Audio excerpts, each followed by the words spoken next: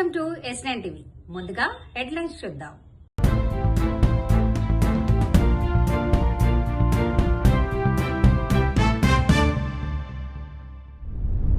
విద్యార్థి వేధింపు కేసులో యువకుడి అరెస్ట్. వీరులపాడు మండలం జయంతి గ్రామంలో అక్రమ రేషన్ స్వాధీనం. టీటీడీ చైర్మన్ ను తొలగించాలని వైకాపా ఆందోళన. తెలంగాణ బీజేవైఎంలో ఘనంగా హోలీ వేడుకలు. Okay sir.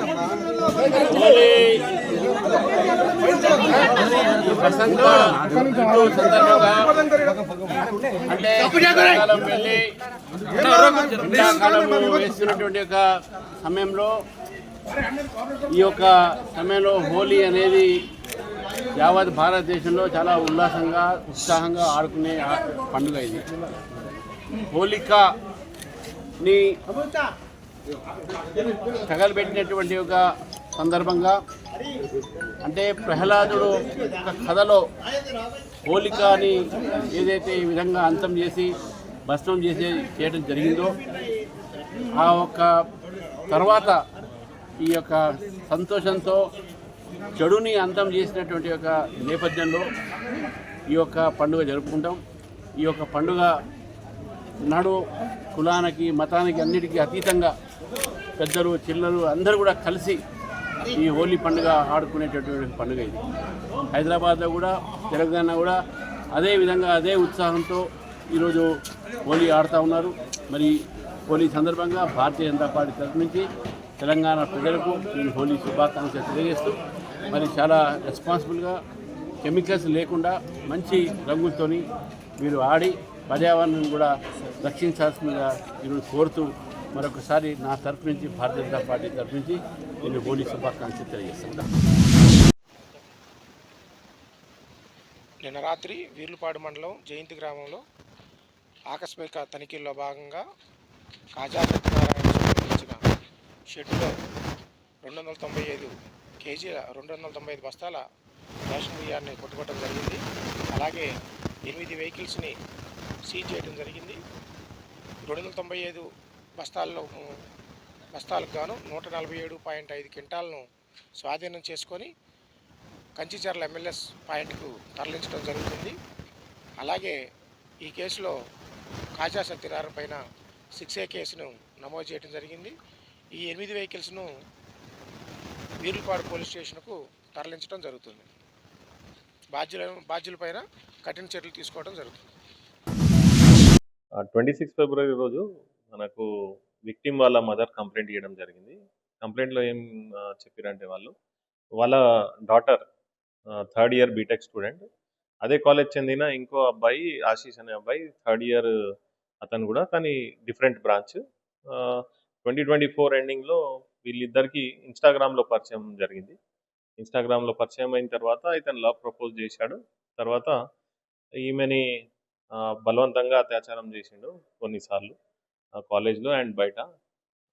Videos and photos, ఆమె videos and photos, personal videos and photos blackmail, viral చేస్తానని బ్లాక్మెయిల్ చేసి అత్యాచారం చేసిందని కంప్లైంట్ చేయడం జరిగింది. అతనే కాకుండా వాళ్ళ ఫ్రెండ్, ఇంకొక తన ఫ్రెండ్, ఈ ఆశీష్ వాళ్ళ ఫ్రెండ్ ప్రవీణ్ కూడా ఆమెని కొంచెం హరాస్మెంట్ చేసిండని కంప్లైంట్. ఆ కంప్లైంట్ మీద మనం ఒక కేసు రిజిస్టర్ చేసి ఇన్వెస్టిగేట్ చేస్తున్నాం. ప్రజెంట్ ఈరోజు అయితే మనము A1 ఆశీష్ని అదుపులోకి తీసుకున్నాము, కోర్టులో ప్రొడ్యూస్ చేస్తాం. ఫర్దర్ ఇన్వెస్టిగేషన్ కంటిన్యూ అవుతుంది.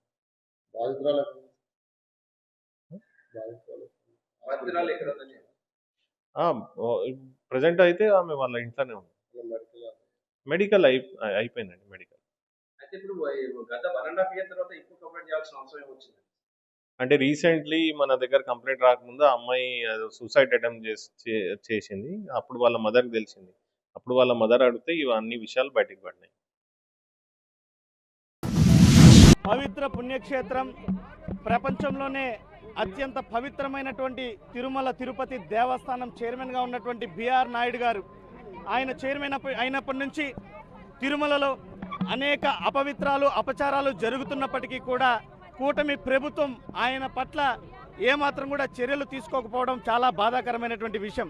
ఎందుకంటే బిఆర్ నాయుడు గారు చైర్మన్ అయినప్పటి నుంచి శతాబ్దాల చరిత్రలో ఏనాడు లేనటువంటి విధంగా వైకుంఠ ఏకాదశి నాడు శ్రీవారి దర్శనం కోసం వచ్చినటువంటి భక్తులు తొక్కిసలాటలో అత్యంత దారుణంగా మరణించడం జరిగింది. మరి తిరుమలలో మద్యము, మాంసము, గంజాయి లాంటి పదార్థాలు అనేకం వెలుగులోకి చూసినటువంటి పరిస్థితి. అయినప్పటికీ కూడా కూటమి ప్రభుత్వం బిఆర్ నాయుడు గారిపై ఎటువంటి చర్యలు చేపట్టలేదు. మరి మొన్నటికి మొన్న బిఆర్ నాయుడు గారు మాట్లాడుతూ నాకేమిది బ్రతుకు తెరువు కాదు, నా వ్యాపారాలు నాకున్నాయి, నేను ఇక్కడ ఉండాల్సినటువంటి పని లేదు అని అహంపూరితమైనటువంటి మాటలు మాట్లాడుతూ భగవద్గీత కోట్లాది మంది హిందూ భక్తులు విశ్వసించేటువంటి భగవద్గీతను పట్ల కూడా అవహేళనగా మాట్లాడుతూ అందులో ఏముంది, నలుగురు చూస్తే ఉమ్ముతారనేటువంటి మాట్లాడినటువంటి వ్యక్తి బిఆర్ నాయుడు గారు. మరి మొన్నటికి మొన్న ఒక మహిళతో అనైతిక సంబంధం, అక్రమ సంబంధం బయటపడితే కూడా ఆయన సమర్థించుకునేటువంటి పరిస్థితి. ఇలాంటి వ్యక్తిని దేవస్థానం ఖ్యాతిని పెంపొందించేటువంటి, దేవస్థానం ప్రతిష్టను పెంపొందించేటువంటి బాధ్యత కూడినటువంటి చైర్మన్గా నియమించినటువంటి ఈ కూటమి ప్రభుత్వం ఇన్ని రకాల తప్పుదాలు కనిపిస్తున్నప్పటికీ కూడా ఏ మాత్రము కూడా చర్యలు తీసుకోవడానికి ఉపక్రమించడం లేదు. అంటే కూటమి ప్రభుత్వానికి, నారా చంద్రబాబు నాయుడు గారికి బిఆర్ నాయుడు గారంటే భయం పట్టుకునింది. ఎందుకంటే వాళ్ళవి లేనిపోని అవాస్తవాలను ప్రచారం చేస్తూ వాళ్ళకి జాకీలు పెట్టి ఆ టీవీ5లో బాకాలు దుతున్నాడు కాబట్టి ఎక్కడ ఆ టీవీ5 మద్దతు లేకుండా పోతుందేమోనన్నటువంటి భయంతో ఈరోజు చంద్రబాబు నాయుడు గారు నిస్సిగ్గుగా బిఆర్ నాయుడు గారిని వెనకేసుకొస్తున్నారు. ఈ రకంగా హిందూ భక్తుల మనోభావాలను దెబ్బతీస్తూ దేవస్థాన ఖ్యాతిని అప్రతిష్ట పాలు చేస్తున్నటువంటి బిఆర్ నాయుడు గారిపై వెంటనే చర్యలు తీసుకోవాలి.